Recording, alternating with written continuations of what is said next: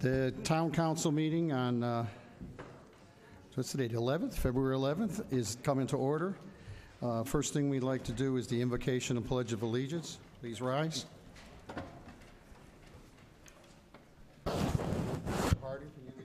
Sure. Oh, gracious and Heavenly Father, we thank you for an opportunity to come and do your work as an individual, as the people for this community, to do what is right and fair. We ask that you give us the strength and the courage, and we pray for those that we've lost due to violence or sickness or illness. Amen. Pledge allegiance to the flag of the United States of America and to the republic for which it stands, one nation, under God, indivisible, with liberty and justice for all.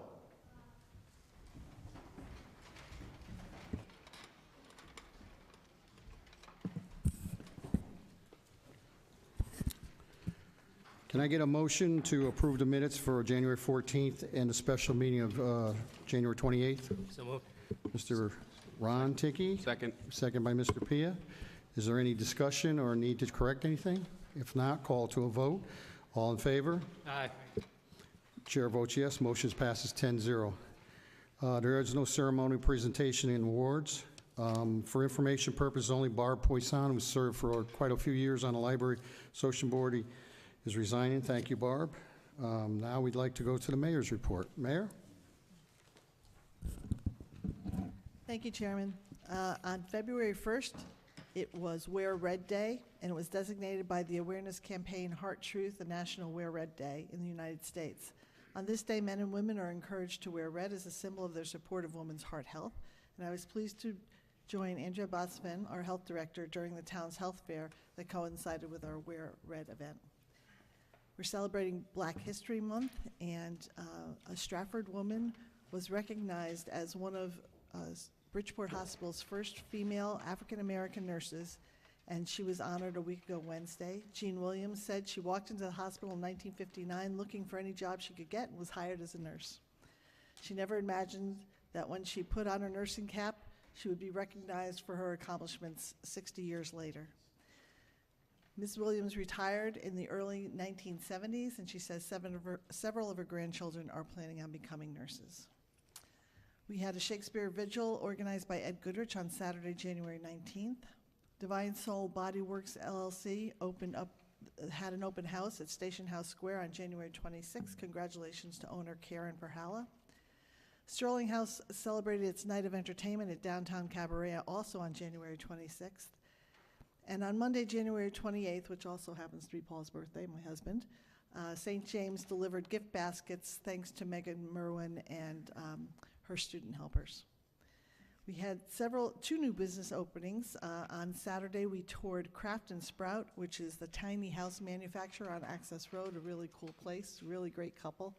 I'm glad they're in Stratford. And then Kitchen by Cofer, we had a ribbon cutting at 14 Barnum Avenue. Rangel Fiora and his wife Graciela, specializing in high-quality custom kitchen cabinets, countertops, etc. We announced the Senior Disabled Property Tax Relief Program. We are now taking applications for senior and disabled property tax release.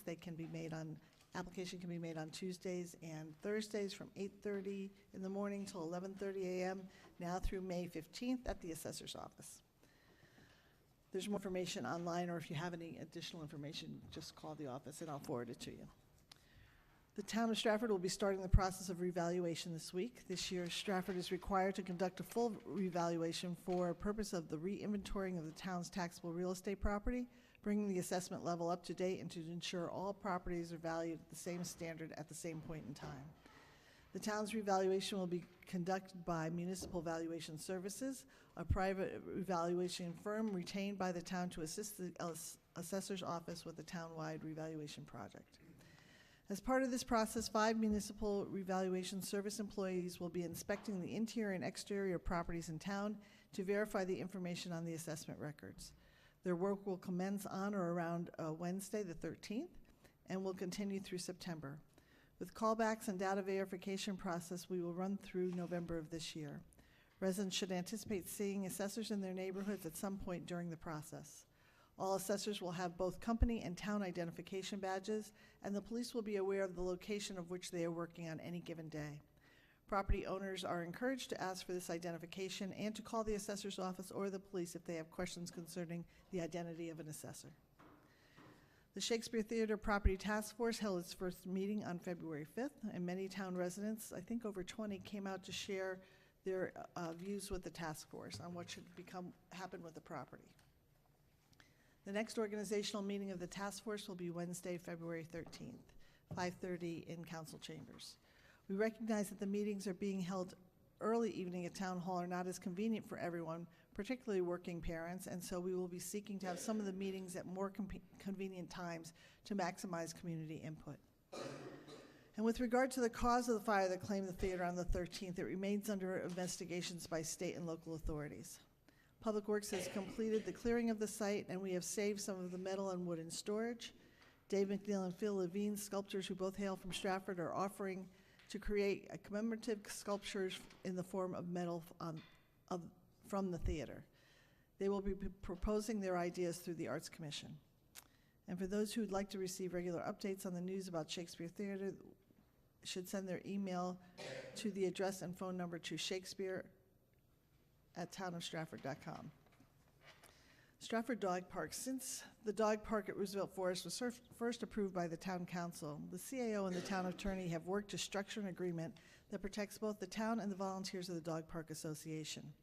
Other nonprofit corporations or LLCs such as Perry House, Stratford Baseball, Stratford Little League, the Mighty Quinn Foundation have lease or license agreements that serve as a base contract between the town of Stratford and the entity interested in operating on town property.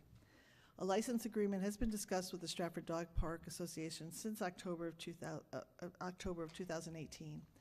The town has demolished the ranger station that once stood on the future of the dog park and assisted SDP documenting its landscaping needs. Before further work is done on the Roosevelt site, SDP needs to establish itself as a 501c3 corporation or LLC. Currently, they are an association, prior to signing the licensing agreement, and obtain insurance to protect their organization and volunteers. SDP is seeking anyone who is interested to volunteer in helping with or fundraising and would like to take an active part. Anyone interested should contact Paula Lockshire at stratforddogpark@gmail.com. We have been very busy working on the town's proposed 2020 budget, and we are currently in the middle of department budget workshops where we review the department and agency's proposed budget. I expect to have my proposed budget to the town council prior to the March 11th meeting. We have asked for an extension from the Office of Policy and Management in filing the 2018 audit due to the hiring of our new audit firm, Bloom Shapiro, and the turnover in staff in the finance department. We expect to file the audit within a few weeks prior to the end of February. On February 1st, we said goodbye to our favorite tax collector, Deb Heim. Deb's been with us over 18 years, and she will be sadly missed. But in her place, we have Selena Moscello, who has been appointed as a new tax collector. And since we last met, I appointed the following individuals to the Shakespeare Property Task Force: Tony Nazzardo and Tom Dillon as co-chair, Al Barron, Amanda Meeson, Ed Goodrich, Peter Wood, Sib Law, Scott Barterson, Patty Sorrento Galello, and Frank Bavacqua. I also appointed Eric Hampton, who served on the RDA and the TOD Steering Committee. He's retired from the Department of Economic and Community Development from the state of Connecticut, but unfortunately he had to decline the service as he has some health concerns. So in his place, I appointed Lieutenant Curtis Eller of the Stratford Police Department. Lieutenant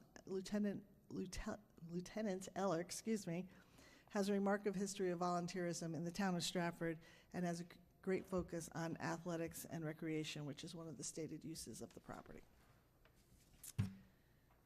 And then the last is I have appointed Mary Beth Bigley of 230 Judith Terrace as an alternate to the Stratford Redevelopment Agency. Thank you, Mayor. Next thing is questions for the mayor. Are there anyone that has questions? Mr. Kadim. Firstly, good to see you. Thank you very much. It was good that went so fast with the Shakespeare Theater, that he was able to put together, a commission to start working towards doing something positive that will serve the town. So that's really good. Sometimes I'm not able to. I hope to make the next meeting. I made the first one, but I had to leave. So hopefully since they started the flow of it, if it's possible, if I can speak before before you get too deep into it, because I do have to go another night as well, that same Wednesday. That would be great. Some things were occurring prior to you getting here. I don't know, we were speaking about the splash park. A lot of people in our district, we know where I'm at, 3rd District, had a lot to say about the location of Juliet Low. For so many years, I would say over 10 or more years, we've been speaking about having it at Johnson House because of the fact that there's Johnson House and there's old Honey Spot now, and there's Victoria Soto. So there's a place where children always gather and play. Several playgrounds that are there that will work best. Juliet Low, we was looking more towards having the pavilion where people can rent out and have having a party or having family gatherings, and the picnic area. The splash park don't fit into that, and then because of the fact that when you have the pavilion, when people rent them out, sometimes they would have families and they would have coolers and drinks and so forth where children shouldn't be around that. Most times, just like at the Short Beach, many years I worked for the town of Stratford, the recreation department, and when you rent out the pavilions, it's just open, and to have children in the same environment don't work well. In fact, the last term they had a situation where they put money aside in the community block grant to put picnic tables and so forth. I even gave them a book to put up a pavilion that won't cost as much as what they have allocated now. It's much cheaper. I gave it to Renee, and she looked at it, and we didn't get to speak about it, but I saw it, opened them up and showed her that they're not as expensive as these when you go through the situation where you bond out to people or where you put it out there so people can bid on it, because quite naturally, if they do that, it's going to cost more, and I understand that. But to put so much in a short space, and as well as the people that live there, I know them. Some of them go to the same church I attend, and they don't want that activity there. I mean, they're okay with the pavilion, they're okay with the picnic ground, but to have a splash park there is just too much. And they were speaking about that tonight, but prior to this, I mean, they speak about it to me all the time. So hopefully, we all want a splash park. We want it at Johnson, but to have it there would be too much. If it's possible, we can think about that, table it, have public meetings so that people can weigh in on how they feel about it being there, if it's even going to be a situation where it goes there. Because it's very important to try to keep the quality of life for those people who invested into our town, who live in those homes, are taxpayers. They want to keep, a certain level of peace and calm in the community, to enjoy it. And the best way for the splash park at Johnson, and the reason why that came up so many times was because of the fact that some people don't have cars to drive to the one at Pender's. So people were speaking about that for years, about, they can go to Pender's, okay. Who has a car to get there? If you put it around the corner from where they live, they can go. Across the street from where they live, they can enjoy it with their children. So that's just a thought that is floating out there that hopefully we can bring that to light. And thank you very much for all they're doing. And I see that we have building needs where they approved money. There's been so much money approved over the years for the splash park, and they keep reallocating the money. And so those people that are new, I've been here and it happened. No, I'm saying. Wally, we're going to have a lot of discussion on that when we get to the splash park, okay? I understand, but this is questions to the mayor. I'm speaking to the mayor about it. I understand, but we're going to get another chance too, okay? I understand, okay. And like I said, it's questions to the mayor. If it's okay, I'll still have questions to the mayor. Thank you very much. Yep, thanks. Well, besides that, the other thing they're concerned about, because there's been some discussion where they want to cut into that property and put parking there as well. So those are things they're concerned about. And that affects the quality of life. And that's all I wanted to say about that. And I hope that we can reach an understanding and try to at least have the splash park in a location where you have Victoria Soto, Johnson House, as well as Honey Spot, where it can be conducive for children and family members. Thank you. Are there any other questions for the mayor? Any other questions? If not, we'll move on. Okay, so we're at 4.3.1, building needs. Can I get a motion? Mr. Llewellyn, are you still here or did you disappear? Can you come up here just in case there's any questions? Come on, Alan. Can I get a motion for 4.3.1? I will be happy to make that a motion to accept the Turner change order 123 in the amount of $29,159 for RFI 371. There's a motion. Is there a second? Second by Mr. Kadim. Is there any discussion? I think that Mr. Llewellyn, if he would like to come up and maybe talk about what this is, additional abatement. Is there any questions for Mr. Llewellyn? If not, I'll call it the vote. All in favor? Aye. Motion passes with the chair voting unanimous. Okay, now 4.3.1. B, motion to accept the Crown Castle invoice number 218460 dated 1/1/2019 in the amount of $56,000 for the fiber optic construction services. There's a motion from Mrs. Dancho, second from Mr. Hardin. Is there any discussion? Any questions for Mr. Can? Thank you, Chair. Alan, the fiber optic, was that part of the original design, and this is just an allocation of an expected expense? Exactly. Basically, this is kind of caused due to the sequencing. If we could have built the entire project in one single continuous phase and completely shut the property down, this probably, might have been able to be avoided. But due to the phasing, and there's a tremendous amount of the security services are pulled off of this, teledata, the IT, it was needed to put in this this pole at this time and keep the services to the high school functioning. Are there any other questions for Mr. Llewellyn? If not, we'll call to vote. All in favor of this change order, vote aye. Aye. Chair votes yes. Motion passes 10-0. Mr. Hardin, on 4.3.2, can you make a motion? Excuse me, that's how it goes now, or do a person have to talk to you first? You picked on him before he get to ask anything? Because building needs, in terms of what's going on with the Julia Low, I would hope that someone would be able to speak up and say, we'd like to table it as whoever you recognize first. Do you want to put the motion forward, Mr. Kadim? I just would like to beg, not so, I don't know what he's going to do. No, right now, Mr. Kadim, we're just putting the motion forward. That's all we're doing. If you want to do it, my motion that's is fine. that we table it until we have a public. You can't, that motion would be out of order. You need to have something on the table before you can table it. Chair, I would like to make the motion to approve the plans for the splash pad at Juliet Low Park and refer it to the Planning Commission for review under Section 8.24. There's a motion on the table. Is there a second? Second from Mr. Pia. Is there any discussions? Mr. Kadim? Yeah, I just wanted the discussion is to table it because they haven't been discussed or spoken about or exposed to the people in the district to see if they want to even have it there in regards to that. So that's my motion is to table it.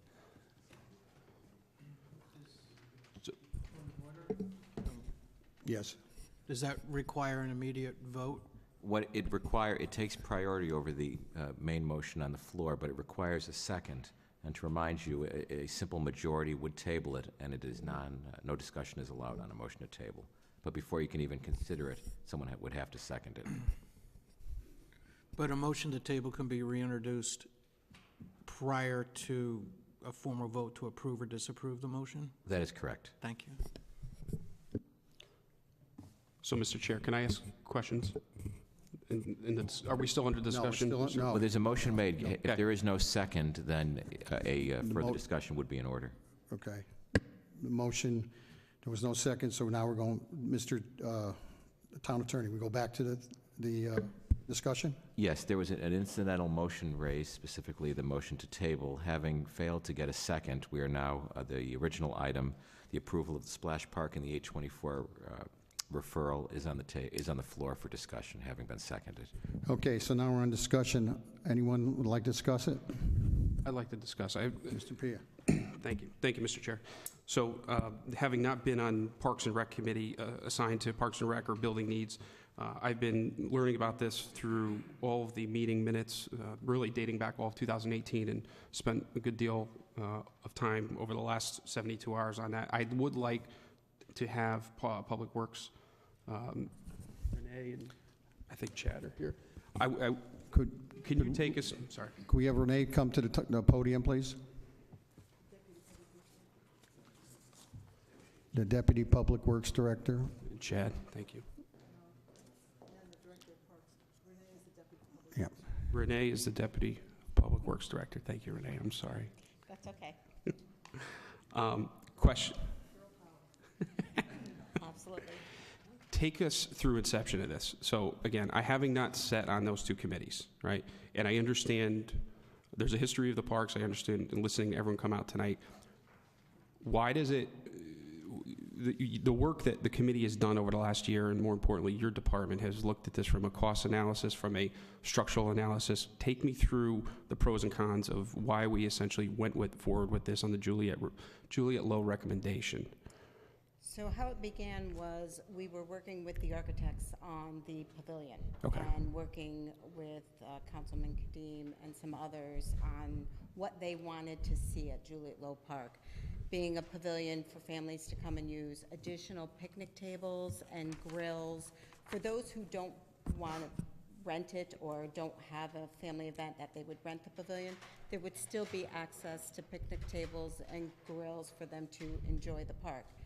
In the discussions with the architect as we were designing the pavilion, they were giving us questions. What did we see as the overall purpose for Juliet Low Park? And we said, well, you know, we saw a pavilion there for rentals. They said, well, what about facilities? Where would they use facilities? I said, well, that wasn't part of the plan. That wasn't built into the CDBG budget. You know, I guess porta-johns for now. And they said, well, what about like bike racks and other amenities at the park? And they said it's a big space. It's underutilized right now. What else would you see envisioning going there? If you're making an investment into the pavilion and into the park, why wouldn't you look at doing some other things? You've got the handball, basketball courts right around the corner, so you can actually kind of make a day of it if you were to add other things. And so we had looked at, you know, we'd heard about the splash pad being proposed in prior years at Johnson, and there were some issues with putting it there, such as school security, because the splash park is open from Memorial Day or earlier if it gets warm enough until past Labor Day. So school is in session. So now you are commingling the splash pad with regular school activities. There's men's over 35 softball league that plays on that field, so we would have to now put a safety net to protect the splash pad from getting foul balls hit onto the splash pad. There was never facilities proposed for Johnson, so there would be no bathroom facilities. There was also no structure proposed to house the equipment for the splash pad. So when you started to look at all the different parts of it, we thought, why not look at Juliet Low and put facilities there could serve the splash pad and the pavilion. You have access to a lot of houses in that area. There's the family housing that's right there across the street. So there's easy access for people. And then we thought, well, why not down the road and maybe the next year put a new playscape in there, and now you've got a full-day destination for families. So it started to kind of make more sense that I don't think people really kind of looked at the whole big picture of what you could do there. And so we started to do that, and we thought, well, why not we design it, propose it, put it to planning and zoning, have the public hearing, pitch the idea to the public, and give them the reasons why we see why it makes sense there. And that's kind of how it came about. So to my earliest recollection, I could be wrong, this item, the Juliet Low, the splash park, has been on the Parks and Rec Committee agenda dating, but the earliest I could find, where it was discussed was beginning August 2nd. It was on September 6th, October 4th, November 1st, December 6th, and most recently on January 3rd. And then it was subsequently sent at the last council to the building needs, which met originally with the minutes on February 4th. So in my mind, it's working through committees, because for a lot of people, a lot of us know who, especially volunteers in town, a lot of the work of town goes unnoticed by volunteers on committee levels, and that's how a good government is supposed to structure and work its way up. And I want to thank everybody for that. From a cost sense, I understand you mentioned the safety. From a cost structure, is the infrastructure essentially already aligned on Sedgwick in Wood End versus in terms of water and electricity versus having to run 200 extra yards? I mean, just take me through that. Well, you're bringing water and electricity to the pavilion because that's, their view. They wanted the pavilion to be sort of like Short Beach. There's electricity and there's water at the pavilion, so that would be brought to this pavilion. The splash pad would just tap right into that. You wouldn't have to run a whole new line at a separate location to get water. So this would be piggybacking off of what you're already doing at the pavilion. Okay. You mentioned facilities. Could we not build them at another location? It was all brought in through the analysis of the cost. We could build it anywhere. You can build them at a different facility, but then the attractiveness of having your event at the pavilion at Juliet Low kind of goes down because there's no bathrooms there for people to use. I mean, you could put porta-johns, but everybody, doesn't like the idea of porta-johns. What's the, and if you don't know off the top of your head, that's okay. What's the square footage that we're talking for this proposed layout? Because there are structural architectural designs, correct? Yeah, we just, on a very basic level, I presented this to the Parks and Rec Committee back in November when I first pitched the idea of putting the splash pad at Juliet Low Park. I had passed around designs to get everybody's input and let them know what we saw for vision. The splash pad that we are proposing is a little bit over 2,200 square feet. And how does that compare to Longbrook? Longbrook is only about 1,200 square feet, so it's a bit larger. There's definitely more, we call them apparatuses or sprays and things for the kids. There'll be more at the Juliet Low than there is at Longbrook. Okay. And then, thank you, Mr. Chair. I'm trying to educate myself on all this. In terms of water flow, what are we looking at? Because I know we talked about as a council last budget, when we voted on to appropriate some dollars in the CIP to be looking into this and putting it forwards. And I know there's, from your minutes actually, Ms. Sarah, there's $210,000 already in CDBG, which has been accumulated over time well before I've been involved with this. So we got a $210,000 bucket already of CDBG money to be allocated towards a splash park. Okay. I don't believe that we have received final word yet on this year's CDBG, and I know, and correct me if I'm wrong, maybe Madam Mayor, or anybody from CDBG.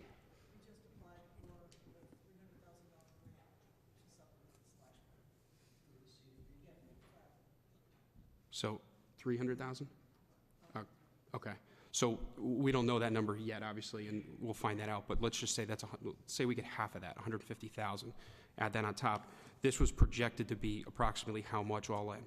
About $500,000 for the facilities, the off-street parking for safety purposes, and for the splash pad and to enclose the splash pad. You're looking at about $500,000. Versus the original plans on the other option? The original plan was $500,000 with no facilities. No facilities? No Okay. facilities. And the off-street parking, because it was brought to my attention that some people would prefer off-street versus on-street, because then you're changing essentially, if you park in front of your home on Sedgwick every evening, and you could change the daily dynamics of your lifestyle. You can, especially if you look at the school dismissal at Johnson at 3 o'clock, you've got people trying to use the splash pad, parking and parking potentially in school parking lots to access the splash pad. Logistically, at dismissal time, that could be a nightmare. Okay. So to my understanding, this would, per the motion made prior, this would send it under the state statute 824 review, which would then go to the Planning Commission. Yes, which it would be put in the newspaper for notice, and there would be public input. Okay, so it would be public input. Absolutely. If we were to move forward this evening to allow everyone to allow. Absolutely. Okay. Thank you, Mr. Chair. Thank you, Mr. Pia. Are there any other questions? Mr. Kadim? Thank you. Good to see you guys. There's been a lot of work on this over the years. When you look at Johnson versus Juliet Low, I understand you're saying about the parking and so forth. The parking on Wooden, on Birdseye as well as Sedgwick is a lot of parking, so you don't even have to deal with the school at that point. Even though the school in the summertime is not open, there's no school programs to be concerned about overlapping with the cars. And if you was to keep it open in September to October, it wouldn't be that much of an issue because the children that will use the park will probably be in school as well. If that's the reason, I mean, I understand there's an argument on both sides of that. And it's good that you guys thought about having a bathroom there. Same thing can be done at Johnson. You can put a bathroom there as well. But I think when it comes to having the public weigh in, I think that's more important. And when you have the breakdown of the, like back when they were doing, once upon a time they were doing the animal shelter, and we had it at Johnson House. They had people come down. They had drawings and so forth, and people were able to look at it and make a decision. It was so many different places they wanted to put it. Through hard work and everybody's dedicating themselves to it, it wound up going over there by the beach. I mean, by the WPCA, which worked out well. But in this case, I think it should be the same formula where people come out more than once to see what's going on, how they feel about it, and that's important to give them an opportunity to weigh in. At the location you were speaking about in terms of the meeting that they're going to have at the planning, thank you, that the planning is not the same because you're going to have architects there and so forth, and do people get to vote in and out? You understand? I think that even though you're having one of those, you still need a public forum outside of that to give the people opportunity, and in fact, more than one. So is that being thought about, or is it just? Yes, there is. I think, why don't we defer some other people, because I think that's going to come up. Okay, we've talked about that. Mr. Hardin? I hope that is able to happen, though. So Renee, thank you so much for giving us a little insight on some of the goals of the water park and what the vision is.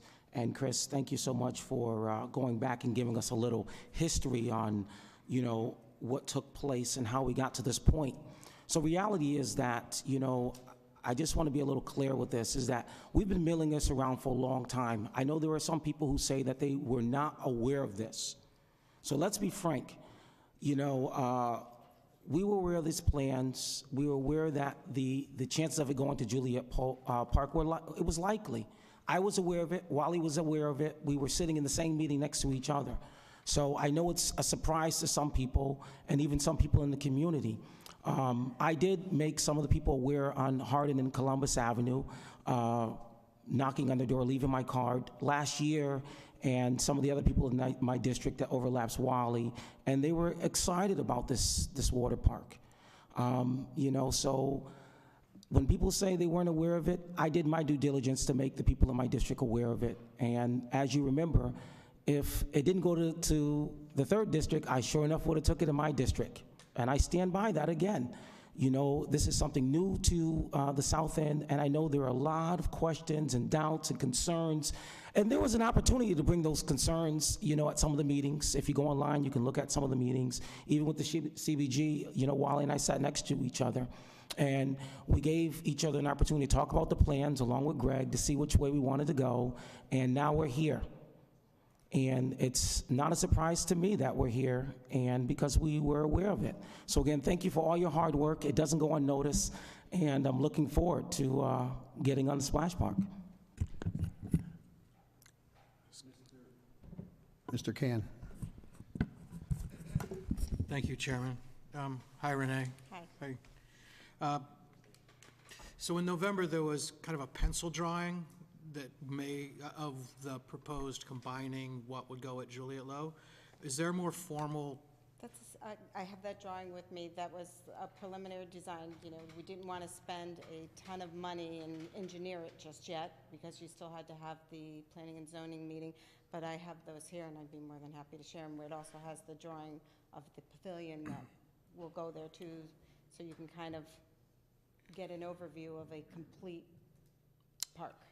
Is it, say, to scale that either the council could look at it and get a clearer sense, or that the public could look at and kind of get a top-down, how much open space would remain? Do you want to hand me that side?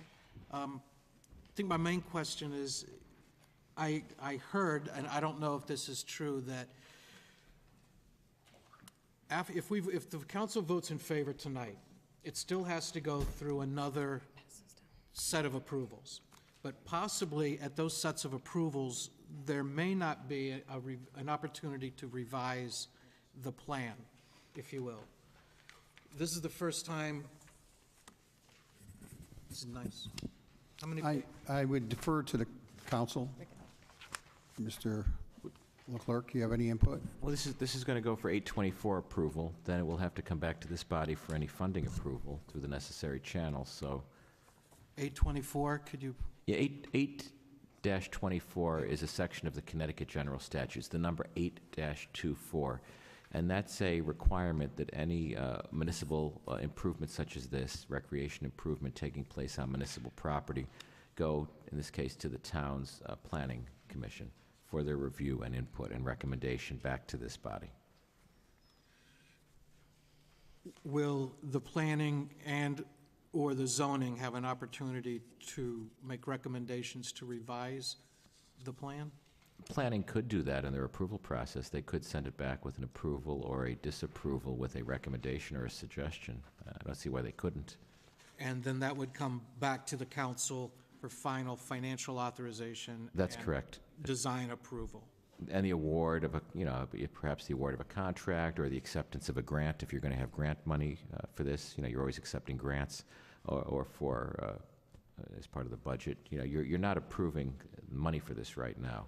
If you vote yes on this tonight, you're not building the splash park there tomorrow.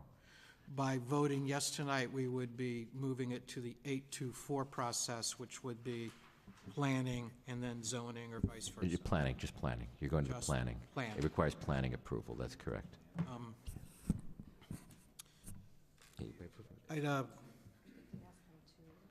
Through the chair, can I direct a question to the mayor? Just in terms of sequence of, presuming that we agree that first time we're seeing these preliminary plans, looks good, but we still would prefer it to go to more of a deeper public review, including the process of the planning. How would we foresee the steps after tonight happening in the event that the council approves? I didn't want to take the mayor off the hook. I don't know if that's where, I defer back to council. Actually, I Okay. Sorry. So, as council has said, it will go through the 824 review to planning. It's only an administrative approval. It does not require a public hearing, but I would hope that the planning commission chair would have a public hearing. That would give another opportunity for people to participate. Two is, as I mentioned before, we have a submittal of an application for additional funding through CDBG. So that will have a public hearing process through the subcommittee. And then should you approve it and send it to the council, we'll have another opportunity for a public hearing process. In addition to those two processes, if there should be additional funding that's required, the council would have to either appropriate the funding through a budget or through the capital improvement program plan, which would be another way for it to have a public hearing. So there's at least 3, possibly 4 options for additional public hearing at this point in time. Thank you, Mayor. Thank you, Mayor. And at each of those 3 or 4 additional opportunities, recommendations could be documented and then brought back to the council before the final design is approved. So often at a land use presentation or application, the group that's applying, in this case, would be the town of Stratford, in addition to the architect or engineer that we have hired with these preliminary feasibility plans. So you have 2 actual different design groups working on this project, because you have the pavilion, which is from public input, is crafted after the Short Beach Park pavilions with the amenities of water and with the amenities of electricity. And then in addition, the splash park, because we already had the water and electricity here, that design feature from another architect who also did the facilities and the structure to house the equipment for the splash park. So though it is located on your drawings in one place, it could be placed anywhere else. It can be moved around. It can be moved around because it is a very large piece of property. Mr. Poisson? Oh, I'm sorry, Mr. Can, are you done? My apologies. Just for Renee, or for all of us, this preliminary draft, which can be revised, could it be posted on the town's website to give the community a sense of the improvements to scale versus the size of the park? Thank you. Mr. Poisson? Yeah, Mr. Chair, I just wanted to reiterate what Renee said and Chris said and David said, that this has been going through committees for months. These have been passed around for months. It's been part of agendas and minutes. So I don't think this is a last-second thing by any stretch of the imagination, and that, as the mayor said, there's going to be plenty of input, chances of public input in the next few stages that we go through. Thank you. Thank you, Mr. Chair.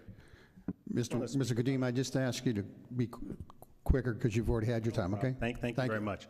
So just looking at the drawings, even though Mr. Harding stated that I approved and I was, no, it's wrong. This is new. This is a new breakdown. And at any time, it was always discussed, anytime I spoke about it, it was always supposed to go at Johnson, never at Juliet Low. So this is new. So even though you guys may have made meetings that I didn't make, this is new to me. So don't say it's new.